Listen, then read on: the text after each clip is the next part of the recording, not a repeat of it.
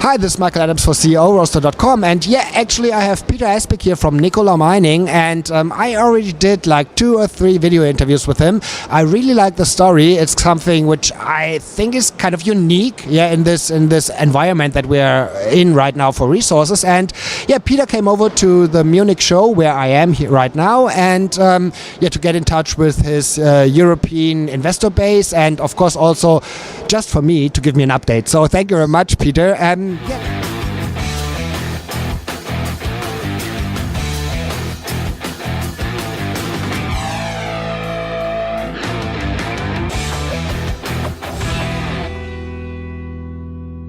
Tell me, there have been a couple of good news releases. What have been the developments in Nicola for the last couple of months? Yeah, I think we've had three milestones that we've hit that we're all pretty excited about.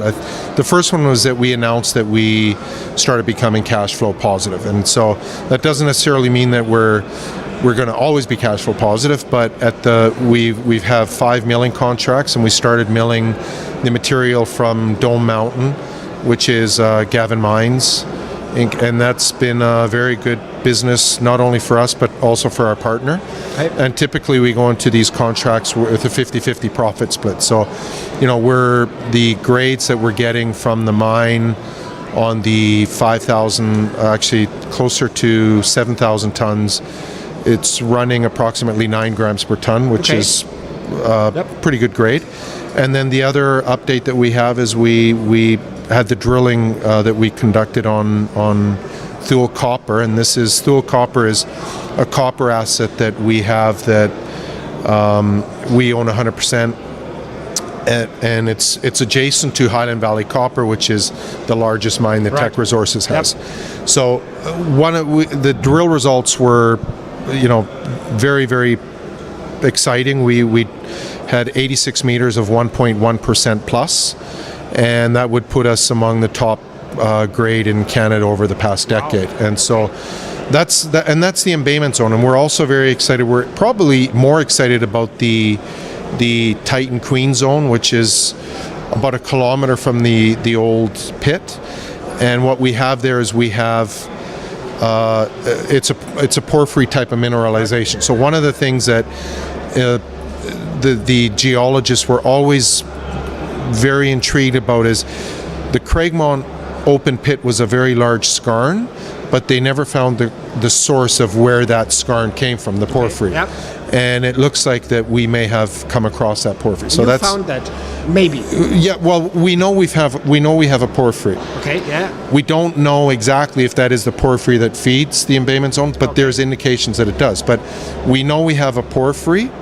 We know that we're approximately 100 meters away to, let's say, 100 to 200 meters away from the porphyritic zone. Right. We don't know what the grades are, but there is indication that we're very excited about those grades. And remember that the historic Craigmont pit was a 1.28% copper pit, which is very high grade for an open pit, and that kind of coincides with our 1.1% drilling result that we had. Okay, yep. And the last milestone that we've been able to accomplish that we're very excited about is the partnership, which is exploration and material purchase agreement that we signed with Highland Valley Copper Partners, or Highland Valley Partners, which is 98% owned by Teck Resources. Okay, yep.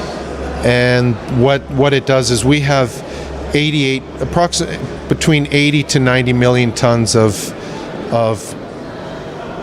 waste material. We call it the waste dumps on our site, and the reason they're waste dumps is the historic Craigmont mine had a cutoff grade of 0.7%. Okay.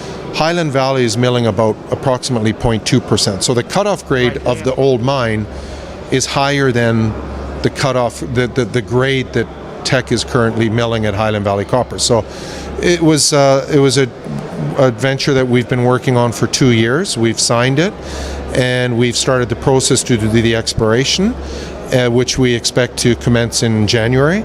And then from there we'll go towards developing a mine plan if it's deemed economical, which we're confident that it will be.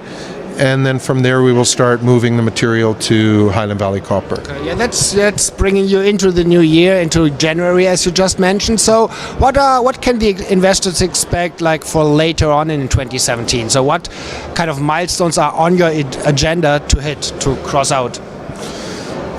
Well,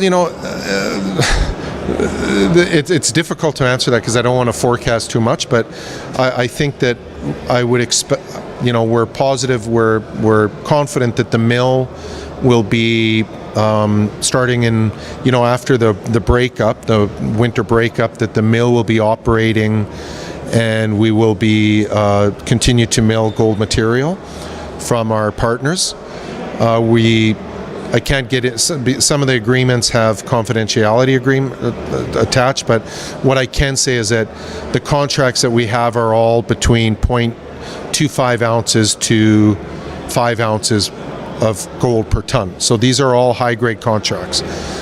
We also have the Tech Resources transaction that we're hoping to move forward for. Now, that's not something I can't say when the mining or if the mining will commence, but if it does, that's something that will that's something that's pretty exciting. I mean, the contract is for 40 cents a ton of material.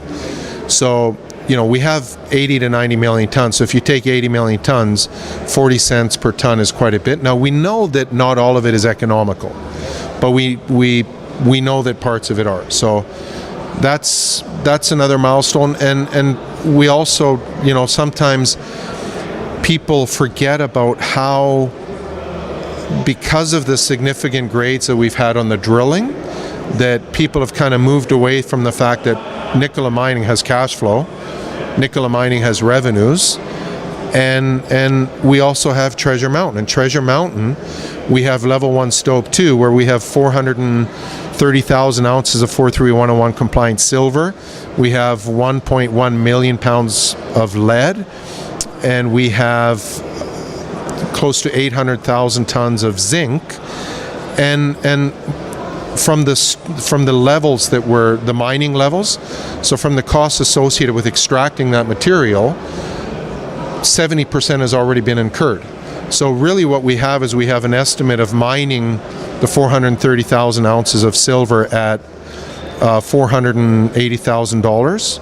Then we have a cost of trucking of approximately $300,000, and let's call it $400,000 in milling costs. So you're looking at, $1.1 million to extract 430,000 ounces of silver plus the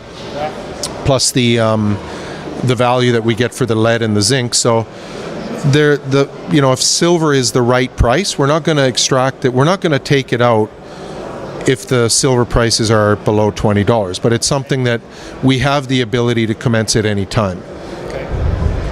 Yeah, sounds to me, that there are exciting times, especially in 2017, are ahead of you. Yeah, so good luck for all your endeavors, and I'm pretty sure that if the company and Peter, they can deliver on what he just said, that the share price should appreciate that. So enough said. Thank you very much. Bye bye. Just one more comment. I would say that if we were to look at what would be the drivers of the share price, I think that we will do a drill program on Thule Copper next year. Okay. And because the zone, so for example, the embayment zone is very well defined. Remember that we only drilled one hole, and you have to really know the hole. The significance of the hole is not, it didn't go along the fault, it went through the fault, because sometimes you can go along the fault and so you have this deceiving length of what that resource is. Right. But we drilled through it and through the fault, so we are extremely confident that we're going to be hitting next year. Okay. And we also are extremely confident that the Titan Queen is a porphyry, so the combination of having a high-grade skarn system that we know of, as well as a porphyry that we know of, that's something that's pretty exciting, and we're very excited about that next year. Okay, thank you very much. Good luck. Thank you.